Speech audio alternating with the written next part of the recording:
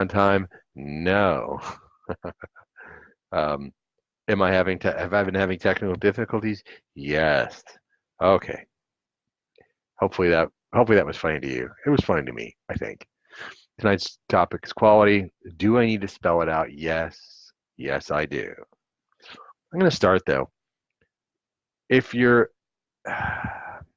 when companies start quality programs, typically they're in trouble.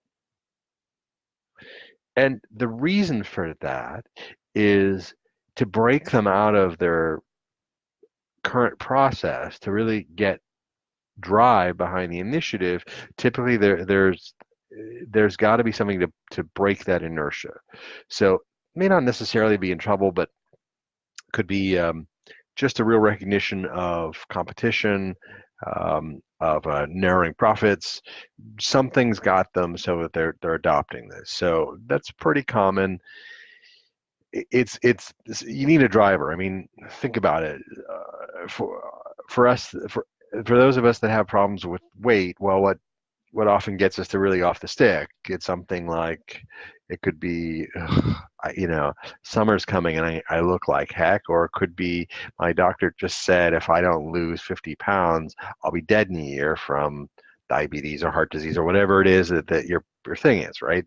Same thing. All right. Sometimes companies that go start on a quality program, they it becomes a cheap excuse for layoffs. So train people that are of a lesser skill set than you to take your job so they can lay you off. Great, we streamline processes. I don't need as many people, lay people off. That's not the best way to go about it. So these are all the negative things. This is like why quality is a bad thing. But I want to talk about it from an entirely different perspective. So let's kind of dive in and so now that I've scared you to death, let's find out what's on the other side. Okay. Usual disclaimers here. Specific brands and models are for illustration purposes only. This is not an endorsement in any way by any vendor. Okay. This talk does not represent the business process of any employer or client, past or present. This one's going to have some moments where I do talk about some folks, but I'll be really clear. And this is based primarily on my own work and study. I only include equipment that I have experience with, and as of this writing, I have not received any compensation or inducement from any vendor. So I talk about Cisco because that's where my experience is, right? I'll talk about APC because that's where my experience is. American Power Conversion. All right. Quality. What's it mean? The standard of something is measured against other things of a similar kind, the degree of excellence of something. That was the first thing that came up on Google. I like it. Straightforward, makes sense. It's going to drive us into some of our definitions. So I like to set a purpose, is honestly, if you don't have a purpose for something, it's harder to motivate around it. Okay, so purpose in this case, I'm going to frame this as creating the necessary conditions for IT services to be delivered on time to the customer specifications or expectations and on budget every single time. It's really hard, very, very hard. But let's face it, IT people like to think of themselves like how important we are to the organization, and it's true, but we're also on the expense side. We don't bring in revenue. As consultants, we do. So selling services to outside companies, sure we do.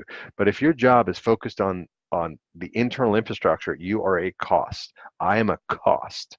Therefore, finding people of lower skill sets, reducing the number at my skill level, those are things that help the company's bottom line, help profitability. I I totally get it. Um, so being able to deliver things on time and on budget, well, that means that we're not having cost overruns, not having things late that are really impacting our bottom line. Okay. So the question, and I see life as kind of a series of questions. How can I do this? Or what if? And here's this one, is how can I better create a consistent, excellent product for my customer? So kind of thing to stick in the back of your head as you're doing this. How can I make this better? And I want you to think a little more broadly than that, but we'll get there. I mentioned the triple constraints. This is a topic I am really driving into your head as we go through this series. You're going to keep hearing this. You can change any one of those constraints impacting and hold one fixed. Typically, you can't change one and not have impacts on at least one, if not both of the other constraints.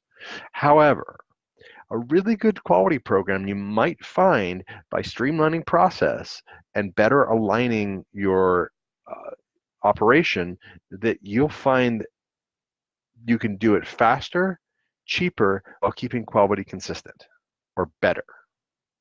That is the power of a good quality program and adopting it. So I want to talk a little bit about this. This talk is a little more theoretical than a lot of them I've done. So sort of industrial history here. So really, even into the early 20th century and even as late as the 21st century, craft work. And the idea of craft work is you have a crafts person, a specialist, making products individually. So even when you're working on a part that is common, and I'm going to use as an example a musket, the rifle of the 18th century, that they're handmade. You may have jigs in that, so you try and get things to be the same, but everything is handcrafted, hand fitted. So parts do not interchange. In the early 19th century in the United States, the Springfield Armory, and I like this quote about it. It says much of this talking about the interchangeability of parts grew out of the military's fascination with interchangeable parts, which was based on the theory that it'd be easier to simply replace firearms parts than make battlefield repairs.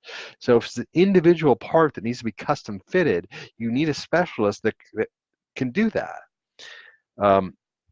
While the other piece of this, if I have 10 broken muskets and I can take a part from this one and that one and end up with make battlefield repairs, so 4 of them are now serviceable again. Well, it reduces the need to produce more weapons. It makes sure that I don't need as many specialists to keep things in repair. I can have lower skilled workers moving these interchangeable parts from one to another to make a workable rifle. So mass production of truly interchangeable parts demanded greater use of machines involving gauging, measurement, quality control, there's that word. It really, quality in sort of the way we're discussing it now really doesn't appear till the second half of the 20th century.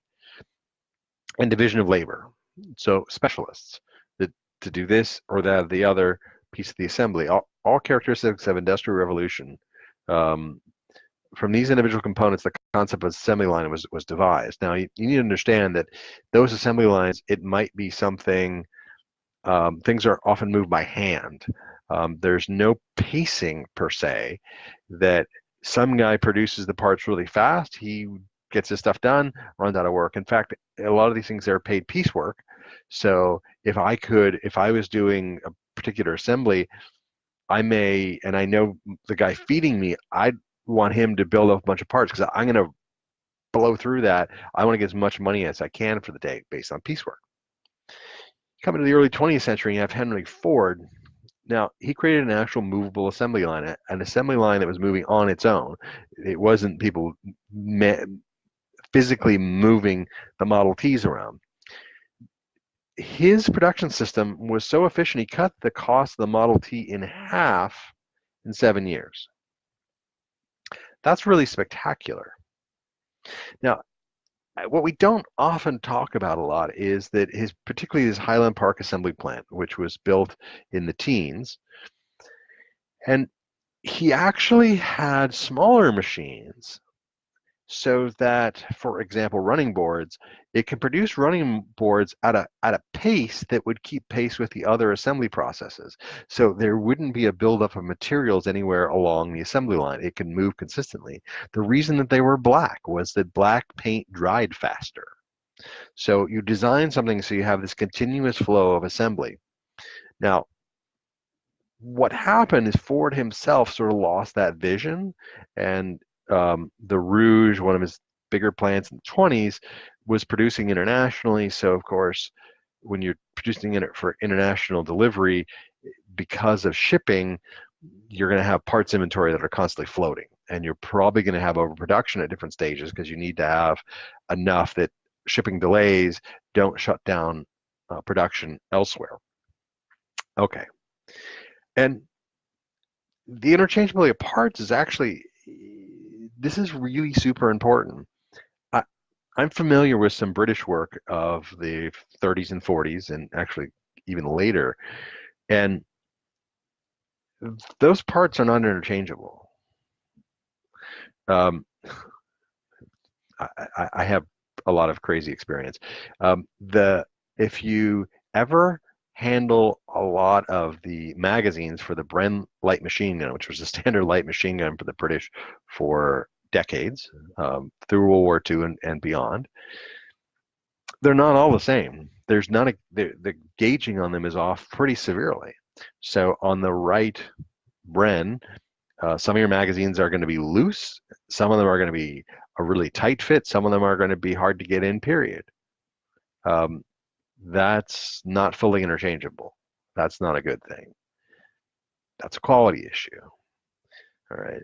Now, W. Edwards Deming came in his own really near the end of his life. Um, he worked as part of the occupation in Japan and really had a huge influence in Japan. So a lot of his ideas around quality really started to take off. Now, to kind of close the story a little bit, that we like to talk about quality at Toyota, and yes, they had some problems in the last decade or so uh, because they wanted to be, they decided they want to be biggest. That took them away from quality in a lot of ways. But Toyota took on quality because they were pretty much bankrupt. So about 1950, the Japanese economy was crashing post-war. They needed to shorten the time from the reception of raw materials through the sale of the completed product. That could save them. Having to pay a lot of carrying costs for inventory was killing them. They needed to do something better. People like Deming and Henry Ford actually really inspired them to rethink how the whole manufacturing process. And so as we get into the 80s, Deming starts to get recognized as one of the real pioneers in the quality movement.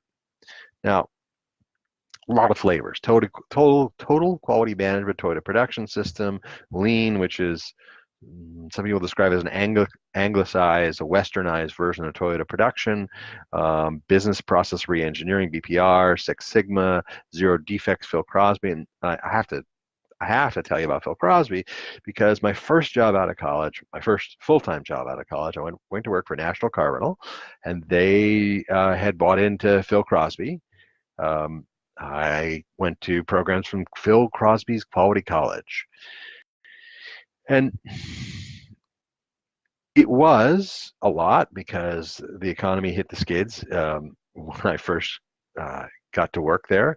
So we had too much inventory and a very competitive market. And we also had a lot of debt because there had been a private equity buyout. So we had a lot of interest payments to make. So we did it. But I got to tell you that it did make the experience better. It was part of the reason I actually took that job, was to kind of learn more about it. Now, sure, there are times that it seemed like upper management was most focused on how lean can we cut staff. Um, but some of the real basics there, and I'm going to go over some of these attributes in the next slide, is really what makes a big difference in business. And I want to emphasize that you may not be in trouble now, but at some point you're going to have competition. Even the best. You think about it, through the 90s, Yahoo they were the thing, right? The last half of the 90s, they were search engines. Everyone else was a wannabe. That didn't last. There's a lot of reasons for it. And I wouldn't necessarily, it's a quality issue with Yahoo. It was somebody else came out with a different direction, a different idea that ended up really catching people's imagination, serving people better than the product Yahoo continued to sell and support. Right? I knew someone who worked for Yahoo. I benefited from knowing people at Yahoo, so I have a soft spot in my heart for them, and they didn't adapt in a way that helped them sustain. So even when you're flying on top, it's good to look at a lot of the issues that quality brings up. So what using sort of the format I've done on the other talks, I want to talk about requirements a little bit. And so quality, to really be quality, the goal or objective has to be clearly defined. So Phil Crosby liked to talk about, for example, manufacturing like a washer. So, and I'm not a clothes washer, but a washer that goes on a bolt, right? How big is a washer? Okay, so a 1-inch washer. Great. What's to what tolerance? Plus minus 1/1000th of an inch. Okay. What what's the thickness? To what tolerance? What's the material? What's the quality of the material? We can go through and define things really clearly, so I get the washer I need. And this is important. And I'll bring this up. I remember, I believe it was 1980s. There was a big scandal with counterfeit bolts. Counterfeit bolts, right? Bolts, the things that you screw to hold things together. You maybe don't buy bolts much, but there are marks on the head of a bolt that tell you the quality of the bolt. There were bolts that had been marked as a higher grade than they actually were, and they were getting into military contracts, American military contracts. It was a huge scandal. People could die. As you think about like a tank, but aircraft is even better. Aircraft under high G, the bolt fails. Bolts fail because they can't stand the strain. They're designed that they were specified to take. Therefore, critical components come off. Like you lose a wing. That's not what you want, right? So goal or object clearly defined, right? And the definition exists in such a way that the outcome is measurable. So that idea of the first of all, you think about a 1-inch washer. Well, first of all, I have to define what an inch is. Now, right, there's a standards bureau. They define what an inch is. The meter, like a meter, is defined based on a particular. I've forgotten now. It's a particular wavelength. It's like this many waves, this such and such frequency. There's a way you can actually exactly figure out what a meter is. Okay. So it needs to be measurable in some way. And I also would say, think about arts and literature. So you may have friends that love some movie or a book or whatever, and you think it's the most awful thing you've ever seen in the universe. And you may argue that it's a quality issue. Well, can be. Certainly, if you ever watched the films of Ed Wood, quality was not Ed's standpoint, but he was doing it cheap. So, right, triple constraints to get he was doing it fast. He needed to do it cheap. He could not hold out for quality. So if things are often out of focus and there are things happening in the background that shouldn't be there, you see that's a quality issue. But stories are also terrible, right? They're so terrible they're funny most of the time. Sometimes they're just awful. But we can disagree about that. You may say, no, they're never funny, man. They're just awful all the time. That is a debatable point. Something that's measurable, weight, size, there's a lot of things that are actually measurable. Some things like that kind of quality is a lot harder. Clearly, you can't make that argument to say like Shakespeare's crap because anyone could just say it and we're all equally valid. That's probably pushing it a bit much, but yeah, measurable. And the goal or objective is reachable given current technology, budget, and capabilities. Thinking about your company's capabilities. I can set a goal of like we're going to open up a new plant on one of the moons of Saturn. Given current technology, budget, and capabilities, probably is not a goal that we really want to sort of work towards. Um, I think even Elon Musk would have problems opening a new plant on Saturn. Oh, hey, Elon, if you're gonna do it, can I get some stock or something if I came up with the idea? Really? Something? Be nice. Just saying. Um, that and a system exists to detect items which do not meet this definition, and there is a process to rework, reject, or otherwise remediate the error. All right. So common in a lot of manufacturing, particularly mass manufacturing, is that we receive in parts and then we do quality checks. So we sample some of it, make sure that they meet specs. If they exceed a certain, if the error rate is exceeding a particular percentage, we reject it. So, and certainly you need to do that. Otherwise you end up back in craft work.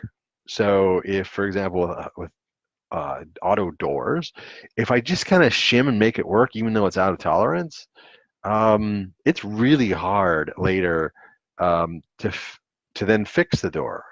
If I need to get a replacement part on it, well, maybe with all the shimming and making do that I can't get, I have to spend a lot of work trying to fix later if something breaks because that part isn't even close to what it should be. It's been uh, bastardized. Is a great word to make it work. And some of the other common elements for these quality programs is they're customer focused. So it's not a good program to keep delivering what's easy for you to deliver rather than what the customer wants. And I got to say, sometimes in IT, we're horribly guilty on the opposite of this, of not being customer focused. It's, and I don't mean that in the sense of, you have that one user who's a big Mac proponent and you're a Windows shop and they're just like, oh, Macs are so much better. And you're like, yeah, yeah, yeah, whatever. Right. There is a decision in there that uh, there's a huge impact to say, hey, I'm going to go multi-platform. But to do things like we're only going to let you run IE because we know how to run IE, Internet Explorer, not necessarily customer focused, right? Users having problems with particular websites because of IE. Yeah, that's not necessarily customer focused. And I'll admit there's totally challenges because customers will come at you like a lot of iPad apps. You have enterprise wireless. It can be a real challenge to have a quality experience with the iPad and enterprise wireless. Um, there's some tips and tricks to that. This isn't the place to talk about that to make it work. Quality programs also create an awareness of quality as an issue. So you think about it, and you're always kind of saying, hey, well, I'm always doing good quality work. Probably, but having a focus, so having systems that are doing like configuration monitoring and management so that you're aware when you've left important pieces out of a configuration like logging hosts. So, and we'll talk a little about what that impact is. You're process oriented, that spot optimization is a problem. It's easy to go in and like optimize a single machine on a factory floor. Well, it can be. You can pick something that is easy to do. Hey, I can make that machine 10 times more efficient. Go. It doesn't necessarily help you.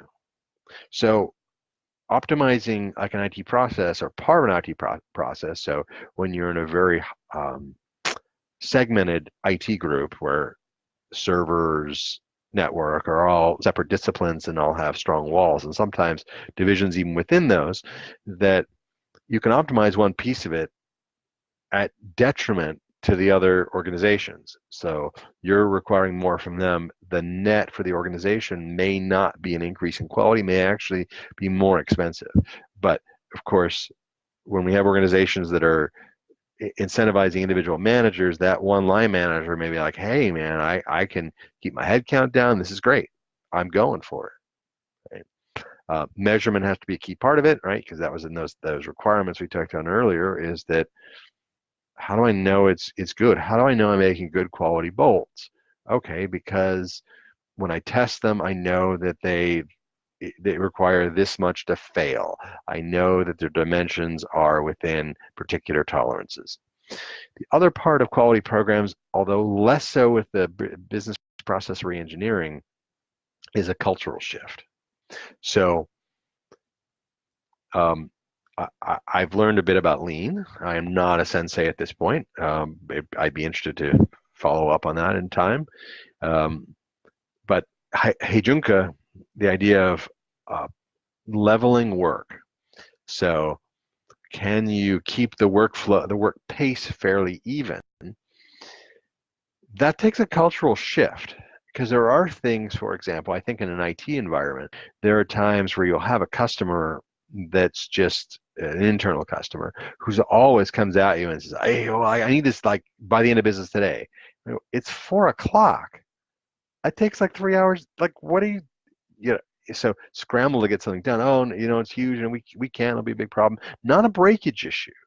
Right? We certainly all understand who've worked in IT for any length of time.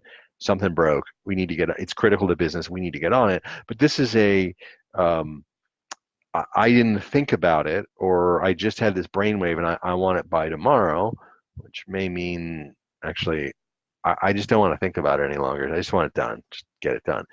Culturally, you need to make some shifts to make that an outlier. So that's now against the culture that particular manager, director, whatever, they are not encouraged. They there's some feedback to them that tries to shift them away from that way of being so that we can keep our work leveled, right? That we get sufficient notice that we can better optimize our workflows. Okay. And of course, why did I throw in this quality thing? Or I'm just bored and couldn't think of anything better to do. Because on your homework from the second Tech Talk, I asked, what standards do you need to document before the deployment can be in? This is in the context of doing particularly a Cisco VoIP deployment, but it can be other types of VoIP or almost anything we do. What standards do you need to document? So inside this context, so we having a written standard allows us to clearly communicate the standard across the organization. So if there's a written standard, and it needs to be somewhere where everybody knows how to find it. I don't care if it's a shared drive or SharePoint or whatever, a wiki. There's a lot of ways you can do that, but there's a common reference we all go back to, so that and I'm going to say this. Sometimes in organizations you say, hey, I'm new here, and like, how do you guys want these switches configured? And just configure like a good one. Well, what's a good one? Well, I think this one is. How do you know? Because there's no written standard for you to refer back to know whether it meets all your requirements. Right? Now, when you get really, really tiny, or 2 or 3, you've got 2 switches total. Okay, I can see where you'd say, oh yeah, why am I doing this? I can look and compare. That's true. But it's your 2 switches, you're not very scalable, right? And you probably don't have a lot of different management and monitoring tools. So you probably, because you can't afford them. So you bought WhatsUp Gold or SolarWinds or one of these other network monitoring systems, or maybe you can't even afford that. You're kind of Nagios, whatever. That remembering to add them into it is a lot more straightforward than when you have 2,000 switches. Then it's easy to miss stuff, okay? Also, why do you want a written standard? So we can measure the results based on the standard, and we can ensure we met all our requirements. So you look at some of these configuration management tools. One of the nice things, you can write policies that say, look into your configuration, say, hey, it should have logging host this. It should have SNMP server, this IP, or logging SNMP-server trap, host, blah, blah, blah, and then the SNMP string. So you're sending traps. You're also making sure that You've set the trap level. So if you haven't done that, you're getting whatever's default, which may vary based on the platform. So you bought the Catalyst 9000 series, they may come with a different defaults than, say, a Catalyst 2960 or whatever, something else you have in your environment now. So you're not going to get consistent data. So when you're trying to do failure analysis afterwards, and particularly something where you've lost access to whatever logging was on that machine because it crashed, rebooted, you had to reboot it to get it back in service, whatever, that you now can't, you've lost some of your forensic data, your ability to go back and understand root cause. So, and this idea about meeting requirements, I'll go to the car rental example, and this was true for other partners. The modern car rental companies aren't, they used to buy cars and have to sell cars. A process started where the big manufacturers were, it almost kind of like a lease. We're technically buying the car, but we have an agreement from the manufacturer to sell the car back to them after a certain minimum and a certain maximum with certain mileage requirements, that they'll buy it back from us. And there's a fixed depreciation, so we know what we're going to get for it. It's kind of nice. Now, they had requirements about the condition of the vehicle, so all the little accessory things needed to be on the car. So it had to have all its hubcaps if the thing came with hubcaps, for example. Well, we would do these stickers we'd stick on a window, and the guys that did the prep work, they would sign off and had the boxes that say basically asking, you check this, did you check that, you check the other. Here's all the things. Well, what I often saw is that they would just their initial, and they just initial at the top and draw a line through, like, I did them all. Right. Well, I actually had check sheets when my job was to interface with manufacturers when these vehicles were resold, and I had cars were rejected, which cost us depreciation. It cost us extra money on that car. We lost more money on the car because it wasn't done right. Well, they did the check sheet, but they didn't really do the check sheet. They weren't checking off. They were going, yeah, I did this, check. I did, let's check. I did that, check. No, they go, I got this checklist in my head. I just do it, right? Building something more elaborate, a better process allows that you need to put some breaks in there, so you're not just going, yeah, I did all that stuff, and right. And so I had feedback in there. Helped. So expanding on the idea, what do I do with standards? So we look at a network configuration standard. So there's a lot of ways you can deploy this. You can build templates. So you can have a template for your 3945 routers or your 4451s, your Catalyst 3850s. You can do all these different templates.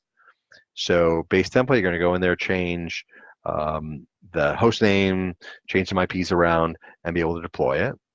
Now, I put a note in there that each model is different, and there are, so for example, with the Catalyst 4500 series, we've had a lot of different supervisors over the years. Supervisor 8, 7, 6, 5, 4, 2. There's a bunch of these things. When you turn on their auto quality of service, well, that configuration looks different on all of them. They have a different way the policy is written. So sometimes the command syntax has changed between all those different models. Therefore, I can't just take a configuration file, a configuration template for a 4500 with a SOUP 6, like a 4500 R-E, a 4510 R-E with a supervisor 6. If it's a 4500 R plus E with SOUP 7, the template may not work, right? So you may have to keep a bunch of different templates to make this work. If you have a written standard and you've written all the commands out as they need to be entered, so logging host from the IP, NTP, server, right, with IP, those kind of things. If they're all in that template, you can do a cut and paste job. So you're doing a build, you can throw that stuff right in it. I found that I watch other guys do builds, and it seems to take them hours. I can do it in minutes because a huge amount of my work is all based on these written standards that I can just throw right at the config. Here we go. This, go. There's configuration management software. And so you can push out configurations to things. So I want to add or update a access control list, use that software, right? So setting up groupings, you should have that access control list, push. Some of these systems allow you to provision in place so that you can essentially plug something in, have it bootstrap, push down a bunch of config. With prime infrastructure, which for a lot of us, we kind of evolved from our wireless control system, WCS. Right? We went to NCS, network control, to prime infrastructure. Prime has the idea of configuration groups. So again, kind of provisioning in place that I can have it. I need to make sure it has the right S&P groups. No problem. I got templates for that. I have them in a configuration group. So I added the configuration group. I push that down to that particular device. Those important pieces of my configuration are just done. And so there's got to be a reason for this. There's got to be a benefit out of it. You can do all these things. You can spend money on all kinds of tool sets and get no benefit out of it because you need a purpose. So what do you get for this thing? So I say a higher degree. Working with what I do, you recognize that a higher degree of certainty that all syslog data is flowing to your logging host. One of the reasons it may stop, whatever bug you're encountering that you're trying to now do root cause analysis, well, maybe it stopped syslog from working. So no, none of that syslog flowed off your machine. Certainly possible.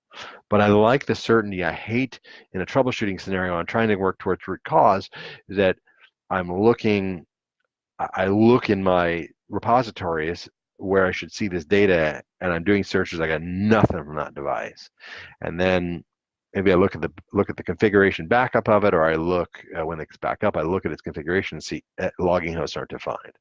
That's a failure of the configuration management system. We didn't catch that this thing was not configured to standard. So therefore, I didn't have that data when I needed it.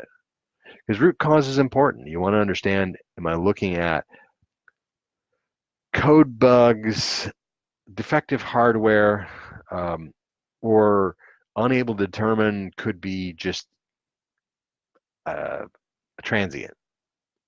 A condition that happened is unlikely to happen again. But the more data I have, the more certainty I have in determining that root cause. Things are going to break. It's guaranteed. And understanding why things are breaking, I think, is really important. So I also get a higher degree of certainty that trap data is flowing to your network management tools. So you have some of these tools like HP Network Automation is looking at some of the syslog data, and it's actually triggering. It sees that event of you writing the configuration. It knows it needs to go and capture your updated config. But of course, if I haven't configured these data flows, so the syslog data is actually hitting that box, well, it's not going to work. And the third, your TACACS will work as expected on all your devices. So hopefully you've standardized on how you've enabled TACACS across your device, or Radius if you don't have the full Cisco TACACS. The idea is that I want a consistent experience. So if I'm supposed to have a certain set of rights when I log in, if one of them I don't, because, well, we didn't build TACACS quite right, the TACACS configuration quite right, that's a problem. So now I'm trying to fix something. I'm the on-call engineer or whatever it is, and I can't because it's not working. Or somebody gets on and they're given elevated privilege more than what they need to get their job done, and then they cause problems because they don't understand what they're doing. We gave them restrictions on purpose, and it didn't get built right inside the tools, inside your configuration. So knowing if these are there gives me a higher degree of certainty that things will work right. Certainly when I'm talking about tools, they can't fix bad design. They can't fix the lack of redundancy. They can't fix you being unclear about the basics of how these things work. configuration in place, for example, I see service providers often doing that. I'm not sure those guys, like they'd be able to, the guys doing that delivery, I'm not so sure they could get into that config and kind of work it from the ground up. I'm not sure that's where they're trained to do. And there's probably a good reason for it. There are things they are good at, but maybe that's not part of them. I don't know.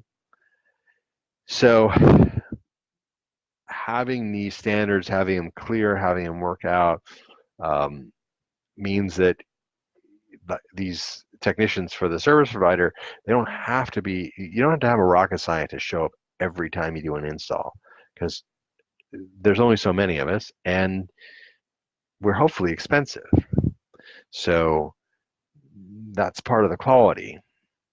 So the more I'm able to depend on, because let's face it, you're probably never going to see enough senior network engineers inside your organization. And if you're chasing down a lot of dumb little details rather than having it built and automated, you're not getting other more important stuff done. You're not getting your thinking work done. Therefore, the organization is suffering. You can build quality. You can have the tools to ensure the quality is there. It's going to help you a lot having time to do the work that is best suited to your talents. Now, there's some limitations on all this, right? One size fits most. If I have a system which encompasses all possibilities, to my mind, it encompasses none. As essentially, I'm going back to a hand configuration. I'm like, well, should I do it this way? Should I do it that way? Should I do this? Should I do that? And there are certainly appropriate moments of this needs to be done off standard. It's true. But you have to understand what the standards are there for and what they're doing really before you start to riff, right? The idea is with musicians, right, that the more you actually understand, the more license you really have to be able to go off, because you understand what you're doing, that you're not hitting the natural resolution of that chord on purpose because you know what that impact's going to be. And right, so there's always going to be some additional configuration or unique elements. Sometimes they're built-in inputs, right? Like maybe you've got this set up so you just need to enter a couple pieces of information like the management IP, the host name, right? And you have a system that can then do the build from there. Yes, but 10-to-1, there's always some pieces that of additional configuration.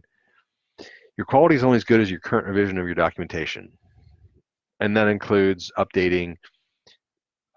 When you have a configuration management system and you have written documentation, they need to match up. You change the rules on your configuration management, so you say this is out of compliance, and you haven't made that same change to the documentation. That is not quality. That is actually one of the frustrations we often face. So they adopt quality. Hey, look, you're out of compliance. It's bad. And you're like, wait a minute. How come the document wasn't updated? I deployed new equipment to the written standard, and it's showing up as out of compliance because you didn't update the standard. No, not good. If you're not continuing to monitor and remediate, you will fall out of tolerance. I'll guarantee it. There's always going to be drift. And some of this, even with good configuration management systems, you update logging hosts, for example, and maybe it doesn't succeed on all systems, or you had some systems that are offline for whatever reason. You may have been doing maintenance on a site, electrical maintenance, so the site was powered down, so those devices weren't reached when you ran that script. Maybe for somebody accidentally pulled something out of a configuration group, so it's no longer getting the updates, the changes you're making to that configuration group. You're going to get drift. You're going to be out of compliance. So you need to monitor that, and that just doesn't mean having an automated system that monitors it. It means you actually have to go look at the automated system and say, hey, I've got 50 of my 1,000 switches that are now out of compliance. Why? What is it? What do I need to fix? And if they're supposed to be fixing it on their own, what's wrong? What's not happening? Do I have my configuration scripts are incorrect? Is there syntax issues? Do I need to set up a different script for this particular class of equipment? There's a lot you need to know and stay on top of. That is one of the challenges, right? So as you go into network monitoring, network management tools, you actually need to, they're not a fire and forget. You're not just going to do all this stuff and you're good for the rest of your life. They need management. So I've been trying to make a point that quality is important. It is really the difference, right, for your company. You're not going to do this alone, I hope. You may be an organization that you see this like lots of issues with process, that hopefully you can get interested in some of these different quality programs, find the one that seems to work for your organization if they haven't adopted it yet, and try and bring it in-house. It's not perfect, but you can start in an organization and start to streamline it. Now, that streamlining, this is point streamlining, right? You may have to go back later and loosen the process a little to make it efficient for the larger organization. But you can do these, you can start in a group and work out. And sometimes if you can do that, you actually start to become an evangelist so inside the organization for quality. And I'm going to warn you, again, this is a tough, you can make commitments to quality, the time, and I worked for one organization. I worked for a guy named Chuck Trent, who I respected. Inside this organization, our business units bought their own IT support. So they can either hire their own people, they could pay corporate to do their IT support. There was a certain functions that were exclusive to corporate, but things like your desk side support, that was something you could. How do you want to do it? Do you want to pay us to do it? Do you want to do it yourself? So he had a group inside of the organization. The group he had been supporting was well funded. There were two other industry giants that really were interested in their expertise and were partnering in this development. So they had good budgets, and so he had enough staff to meet his service level agreements. I got brought in, this was a long time ago, and a number of others, because he expanded his business. He picked up another division. That division said, that's great, yeah, we want all your service level agreements, but you're going to give you about a third of the money the other guys do. It didn't work well at all. I left before things fell apart, but they did. It's inevitable. So these things do cost money. In the end, they're going to save money when they're done well. So the hard part, of course, is often accounting for that. So you do this great job for this other division. Those developers stayed working. Right? They had spare machines. So they're broken. They're going to be down for more than a certain amount of time. You pull out one of these spares, you plop it on their desk, they're working again. Right? Their data is saved up on network shares somewhere, so it's not on their desktop. There's probably a little customization that you need to do to get working, but while you're dealing with fixing their machine, they are working again. So what was the cost savings by not having an engineer just sitting around waiting for the machine to get fixed? The more you can capture those kind of costs, the more it's easy to justify to say, hey, we're going to spend this money on these quality programs, quality initiative, and this is what we're going to gain out of it. So I think it's an important topic. I think it's been done poorly at a lot of companies, right? They've overly focused on headcount. How can I reduce headcount? Not been willing to spend the money to get to quality.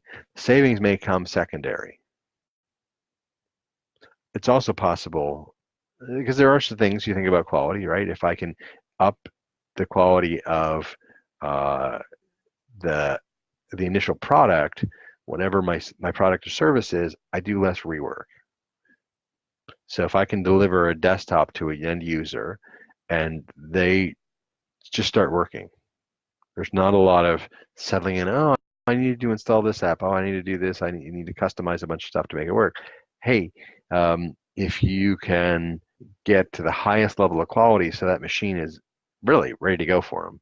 They log in, their profile downloads, they get their right drive mappings, and they go at it. I know I've had way too much Windows experience, so that's the context of those comments. There's a cost savings to the organization, and it's good to try and capture that. So do it, do quality. It's a lifesaver. It makes a difference. And frankly, I see a lot of my colleagues throughout my long career who just aren't getting it, right? They're kind of delivering like it's good enough product, right? And which is why oftentimes companies have a huge problem with IT. We want a lot of money, we want a lot of people, and we're not delivering a good spec. We're not delivering a real consistent product that works for them. And our solution is, I need more guys, I need more money, is not, there's a limit. It ends. They may really be understaffed, underpaying. That's absolutely true, but you can spend all you like and still have, if you don't have a framework to have quality. So I think I preached enough on this one. I'll give it a rest. Thanks for watching. You can subscribe to my YouTube channel, do a cut and paste on that job. I think if I get enough subscribers, they'll let me have a more customized URL. It's fine. When I do, I'll update the slides. You can follow me on Facebook, because hey, then you'll catch this stuff live. Yay. You can follow me on Twitter. There are links on Twitter for my tech talks. So, and I also post usually on Facebook and Twitter, the links to the slides. Now, the version of slides I'm going to need to re-upload because I changed the order a little bit. You can connect with me on LinkedIn. The only time I typically wave off on a LinkedIn profile is if it doesn't seem to make any sense. There's no connection. Like, you're not English speaking, you're not in technology. I'm not clear why you want to do this. You've got like no profile. I may not accept your connection on LinkedIn. But otherwise, I've been pretty accepting of my LinkedIn ads. You can suggest topics, comments at any time, and on any of these feeds, right? So when I catch that I get my alerts on Twitter. If you reply to my tweets, if you put in comments on the posts on LinkedIn or on the videos on YouTube, wherever it is, or on Facebook here, take a look at it about content, topics. I know one of my followers wants me to get a better microphone, and that's on the list. We'll get it done. But thanks for showing up. Hope you have a good 4th of July for everyone in the States. Hope you had a great Canada Day weekend for our Canadian cousins, and certainly a lovely summer for the rest of us. Well, at least the rest of us in the Northern Hemisphere, right? Again, thanks much.